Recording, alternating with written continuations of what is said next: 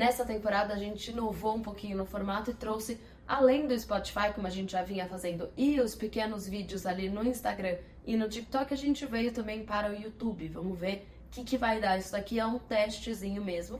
E como vocês também já sabem, eu falei no último episódio, que essa temporada vai ser mais dedicada ao empreendedorismo e às minhas experiências, tanto na empreitada passada, quanto pela minha transição de carreira do corporativo para essa empreitada e, lógico, a CMA. E aí, um tempão atrás, eu abri uma caixinha de perguntas no Instagram também, como eu comentei com vocês no episódio anterior, perguntando o que vocês queriam saber sobre empreendedorismo, né? Quais eram as principais dicas aí, ou curiosidades, dúvidas, problemas, até para quem quer fazer essa transição também de carreira ou quem quer começar um negócio novo, enfim. E uma das perguntas foi muito interessante, que foi sobre time, sobre pessoas, sobre equipe, na verdade foram várias assim, mas uma delas me chamou muita atenção, que é o seguinte: como manter todo mundo motivado todos os dias? E a minha resposta na época foi: não mantém. E eu mantenho essa resposta, isso sim. Porque é o seguinte, eu não tô motivada em nada todos os dias, né? Eu não sei vocês, mas assim, eu não estou todos os dias motivada na minha dieta, eu não estou todos os dias motivada no esporte, eu não estou todos os dias motivada na CMA. É impossível, sempre vai ter um dia que você não tá afim, que foi uma obrigação, que algo pessoal, às vezes nada a ver com isso acontece, aí você já fica meio, com bode de tudo, e não queria estar lá e tal. Isso em tudo na vida. Na amizade, em relacionamento amoroso, com família, com você mesma. Então, é impossível ter essa motivação todos os dias. E eu acho que isso não vale só para empreitada ou só para uma posição de liderança, isso vale para realmente tudo.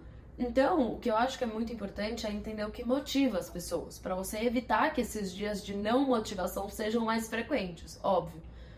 Isso tem muita relação com o que motiva o próprio líder ali e como a empresa enxerga a sua própria motivação. E aí a gente entra naquela coisa do Simon Sinek, que acho que vocês já devem ter ouvido falar, porque provavelmente quem tá por aqui já tem esse interesse por marketing, comunicação e tudo mais. E o Sinek fala muito sobre o porquê, né? Ele foi quem inventou aquele tal do Golden Circle, ou o Círculo Dourado, e que você tem que começar pelo porquê. Inclusive, o livro dele tá por aqui, eu acho. Aqui. Começa pelo porquê, pra quem não conhece, vale muito a pena. É um baita livro legal, e pra quem tá só ouvindo pelo Spotify, eu peguei o livro na prateleira que fica aqui atrás de mim. E esse livro, Comece pelo Porquê, do Simon Sinek, é um super livro legal, interessante, tal, para quem quer estudar branding, falar sobre marca e tal. E por que ele fala sobre Comece pelo Porquê? Porque pro Sinek, se você não tiver essa sua motivação, você não tem nem o que você vai fazer. E aí pra ele você tem que primeiro determinar por que você quer fazer o que você quer fazer, para depois você chegar em como você vai conseguir entregar isso, para você chegar no seu o que, no seu produto ou no seu serviço.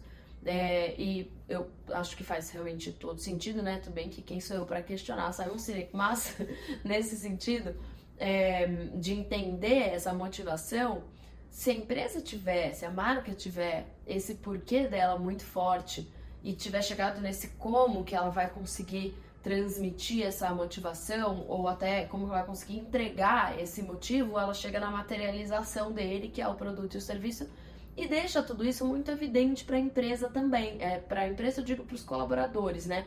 Para as equipes e tudo mais.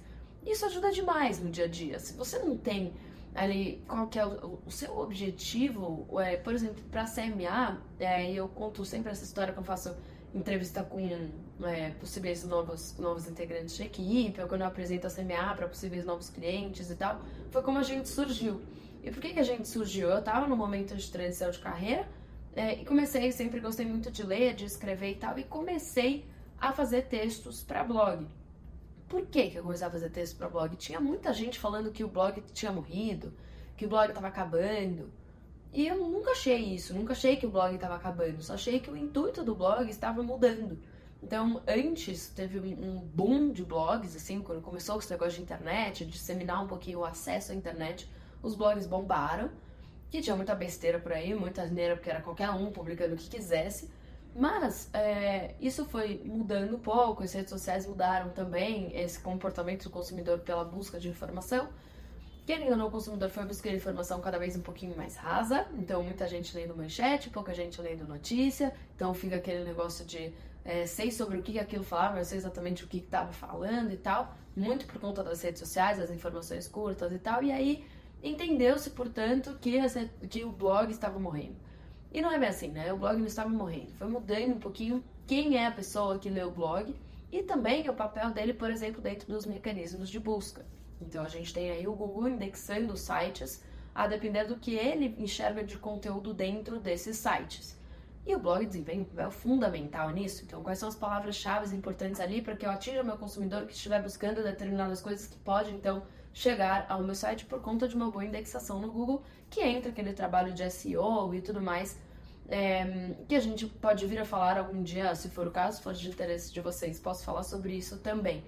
E aí, o meu intuito, quando eu comecei a escrever, era assim, escrever sobre todo qualquer assunto, então o famoso ghostwriter, para quem conhece o termo, então escrever sobre diversos assuntos, então a gente fala sobre temas jurídicos, a gente fala sobre temas médicos, a gente fala, lógico, sempre com advogados e médicos revisando e aprovando este conteúdo, né? Não é que a gente simplesmente sai publicando por aí. A gente fala sobre marketing, a gente fala sobre carros, a gente fala, enfim, sobre diversos temas e no nosso histórico, então, nem sei, de verdade, nem sei quantas empresas e marcas diferentes já passaram por aqui, de setores também diversos, o que é muito bacana e muito enriquecedor para nós quando pesquisamos e escrevemos sobre. Mas o intuito, o meu porquê, era retomar essa riqueza de conteúdo, para não ficar só no raso, sabe? O raso, que é aqueles 140 caracteres do Twitter, agora 280 do X, mas enfim, cada vez coisinhas menores. Então, o meu porquê era gerar conexão pelo conteúdo de valor. Era esse o porquê.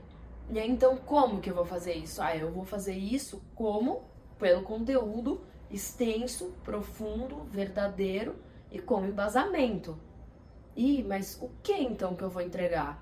O quê? O serviço de produção de conteúdo para blogs. Então, quando a gente começa pelo porquê, foi um vazio que eu enxerguei nesse meio do caminho, assim, na minha opinião, como consumidora mesmo, eu falava, nossa senhora, mas que site é verdadeiro hoje? Que site tem informação real?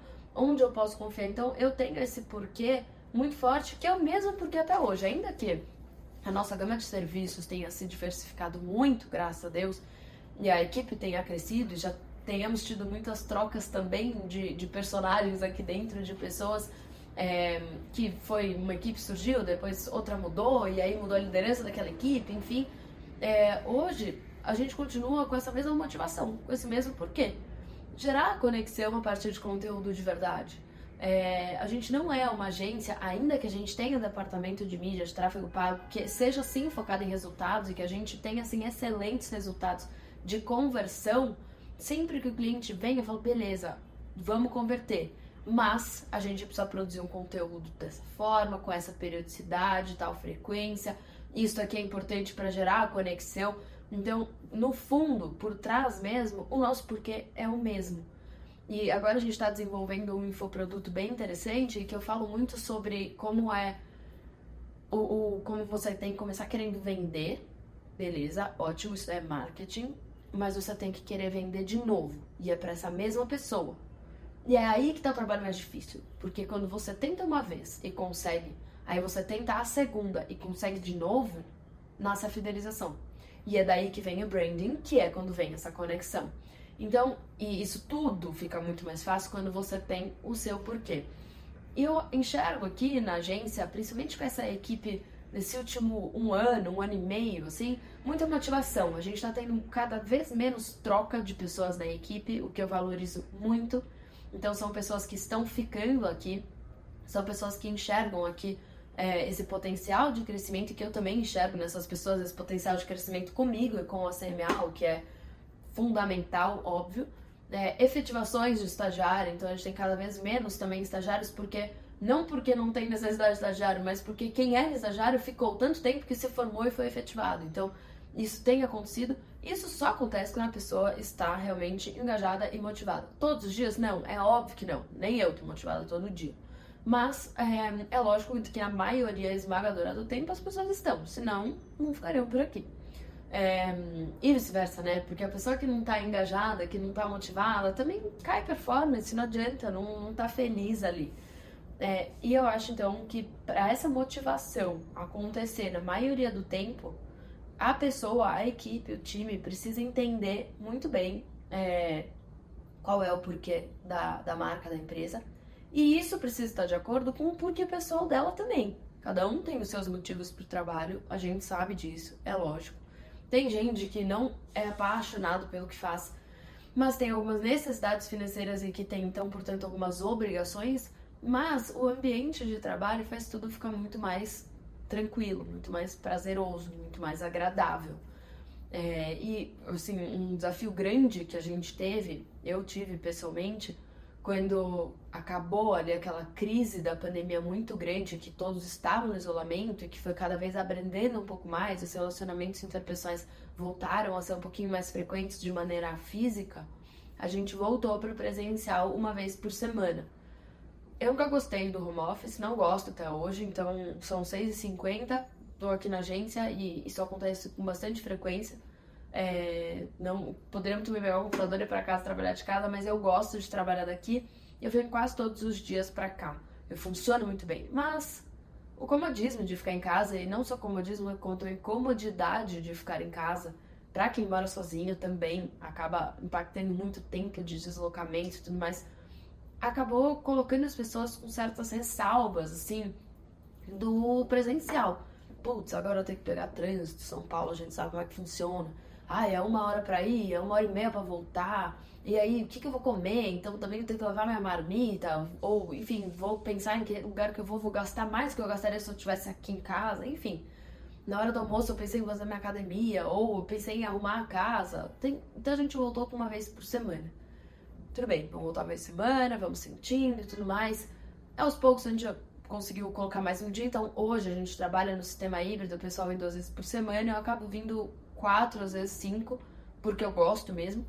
Mas eu sinto que já não é um fardo tão grande assim. Então, por mais que tenha gente que tenha vindo negociar, porque realmente mora muito longe, mora mesmo. Putz, olha, tô passando por uma situação pessoal que eu realmente preciso, sei lá, voltar com tal hábito e que isso me toma muito tempo e tudo mais. A gente conversa, a gente entende, mas uma vez eu ainda quero. Então, não é tipo eu não quero mais vir porque tem esse ambiente gostoso. Eu acho que isso também é importante para a motivação, porque ao interagir com outras pessoas que têm valores similares com os seus, motivações similares com as suas, fica muito mais fácil, muito mais animador essa convivência, né? Fica muito mais tranquilo de vir para presencial, um motiva o outro, discute e tudo mais. E para isso, para manter esse clima assim, lógico que o ambiente físico impacta, então ter a liberdade, por exemplo, de vestimenta, né? Não ter tipo um traje específico que a pessoa tenha que usar para o trabalho, é lógico que isso impacta, dentro do bom senso, obviamente, mas eu acho que isso é uma coisa bem importante. Conforto literal de cadeiras, mesas, computador, enfim. E aí uma coisa que aqui foi ficando mais tranquilo é que a gente tem um sofazinho, então às vezes vira e mexe alguém senta lá, trabalha do sofá mesmo e tal. Uma TV, então liga uma música, projeta um vídeo, fez um curta-metragem na faculdade, vem cá, mostra pra gente, vamos assistir, vamos fazer pipoca, vamos assistir.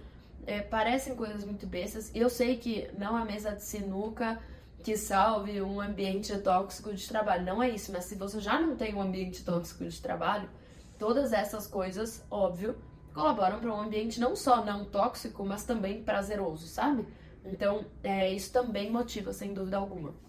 Algumas pequenas liberdades que tem que tomar muito cuidado para não esbarrar também em uma folga muito grande aí e continuar com comprometimento. Isso só funciona se tem uma base muito boa e com uma troca de relação de confiança muito boa. Mas a liberdade de horário também. Então tem gente que funciona às 8 horas da manhã, tem gente que funciona a partir das 10, não tem problema, a gente conversa. Óbvio, começar a trabalhar 2 da tarde não funciona, mas tem gente que acorda e já tá no pique. Ou quando eu tô em casa eu prefiro começar cedo para parar mais cedo, mas no presencial por conta do trânsito eu vou começar um pouquinho mais tarde. Tudo bem, tudo bem. Então isso também dá uma certa motivação pro pessoal. E aí é uma coisa muito pessoal minha, que eu gosto de fazer, é que eu gosto de dividir problema também. Eu não gosto, vai ter quem critique, vai ter quem fale que não precisa, mas eu não gosto de mostrar só as flores, sabe, pra equipe. Então, quando a gente perde cliente, eu divido o que a gente perdeu, eu falo que é ruim, conto o impacto disso, quando entra também. Então, olha, super positivo porque a gente tava com isso de problema, isso aqui tava apertado aqui, esse cliente tinha tido impacto ali, entrou esse daqui, pô, muito maior que qualquer coisa que saiu, ou não, o oposto. Por mais que tenha entrado esse, ainda não supre o que tinha acontecido com aquele outro, então, que saiu e tudo mais. Então, eu gosto de dividir isso e problemas pessoais. Isso aproxima um do outro e faz também com que a equipe se sinta próxima para compartilhar comigo. O que eu valorizo demais. Isso daí dá uma estreitada nos relacionamentos e gera compaixão, gera troca. Quando você vê que a outra pessoa tá precisando de alguma coisa específica ou tá passando por alguma coisa mais pessoal, delicada e precisa de certa empatia, certo apoio, ninguém vai sair falando do problema pessoal se eu não der essa abertura. E como que eu vou introduzir essa abertura? Falando dos meus também. Então eu acho que isso é muito importante, algo que eu faço diariamente aqui na agência e que aí a gente acaba tendo uma amizade mesmo com todo mundo. Umas trocas muito bacanas, enfim, a relação é realmente muito próxima, muito legal. Que eu valorizo demais isso e a gente só tem melhorado. Do último ano pra cá é impressionante o clima que está na agência, assim, muito, muito gostoso mesmo. Uma delícia estar aqui. E eu nunca vi a equipe tão motivada, me provocando, sabe? Trazendo assim, olha, eu tava pensando, se a gente passar a oferecer esse serviço, eu acho que a gente pode ganhar aqui e ali, nananana.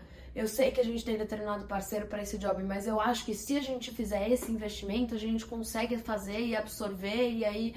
Então, quer dizer, me provocando para ter novos jobs no nosso portfólio, né? Conseguir oferecer novos serviços, me provocando para fazer atualizações de branding da CMA também, porque Caixa Ferreira Espeto de Pau, então por mais que a gente faça muita coisa para os clientes e que até tenha feito algumas coisas aqui para CMA também, a participação em eventos, os social minds, uma atualização que a gente está fazendo na nossa identidade visual, não é exatamente um rebranding, porque não tem aí um posicionamento diferente, a gente manteve muita coisa visual igual, mas a gente tem dado uma modernizada e quem acompanha as nossas redes sociais com certeza percebeu isso.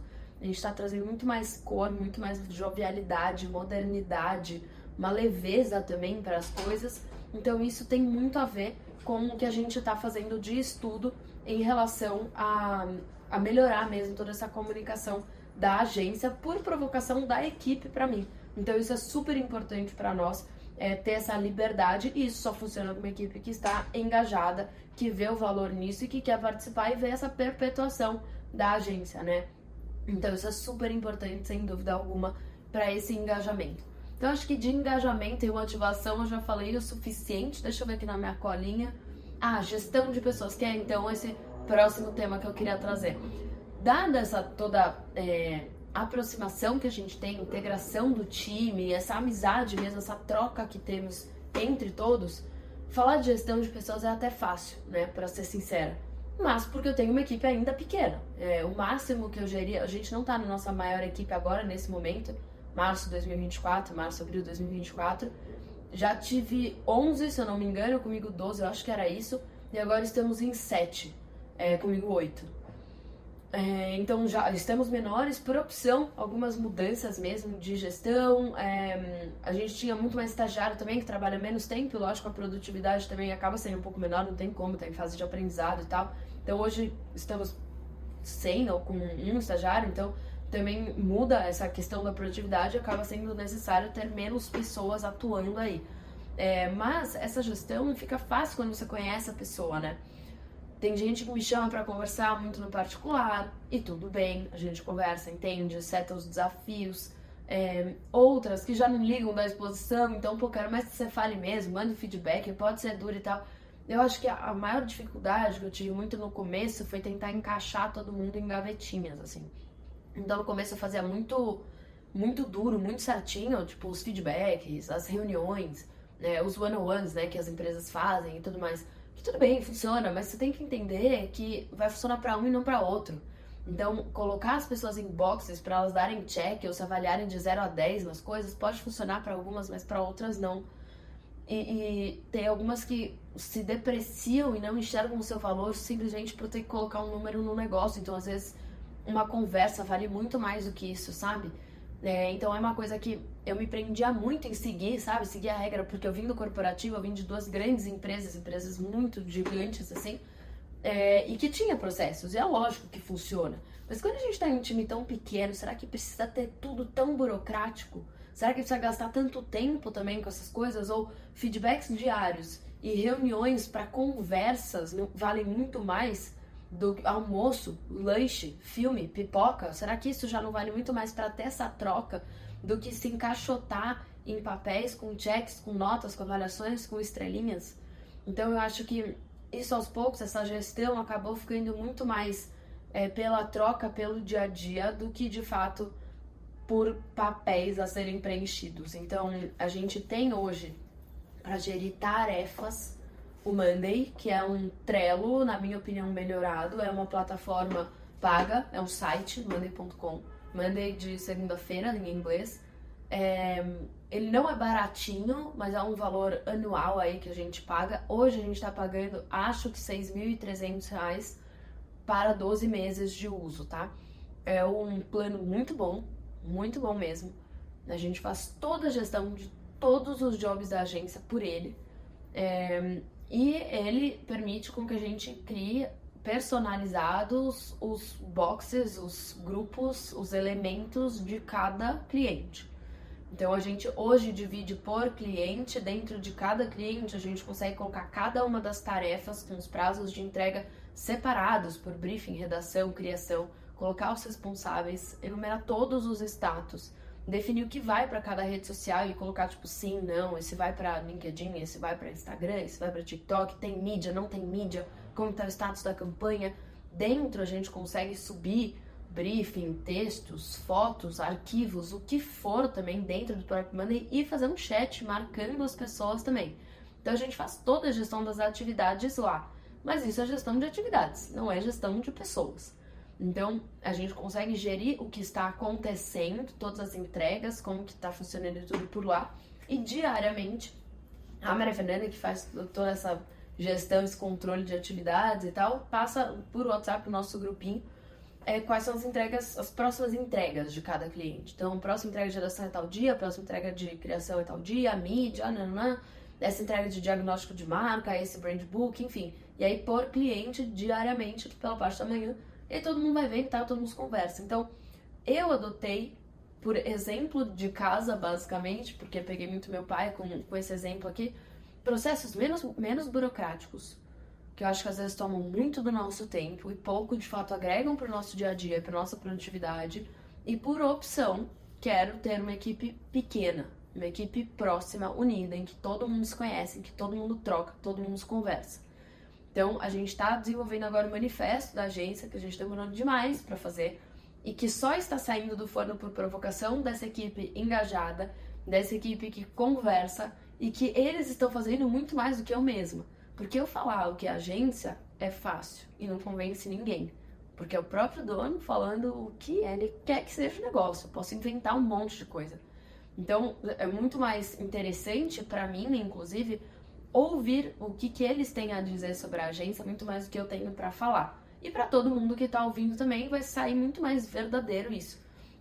Então, isso não requer gestão de pessoas do meu lado, por ser essa gestão indireta, assim, muito natural, muito próxima de todo mundo, por ter esse time super engajado. Então eu acho que se você é empreendedor, tem uma empresa pequena, com poucos funcionários e tudo mais, vale muito mais você ter ali pessoas com valores e caráter muito mais próximos aos seus do que, por exemplo, habilidades técnicas. Porque técnica todo mundo aprende, mas caráter é da pessoa.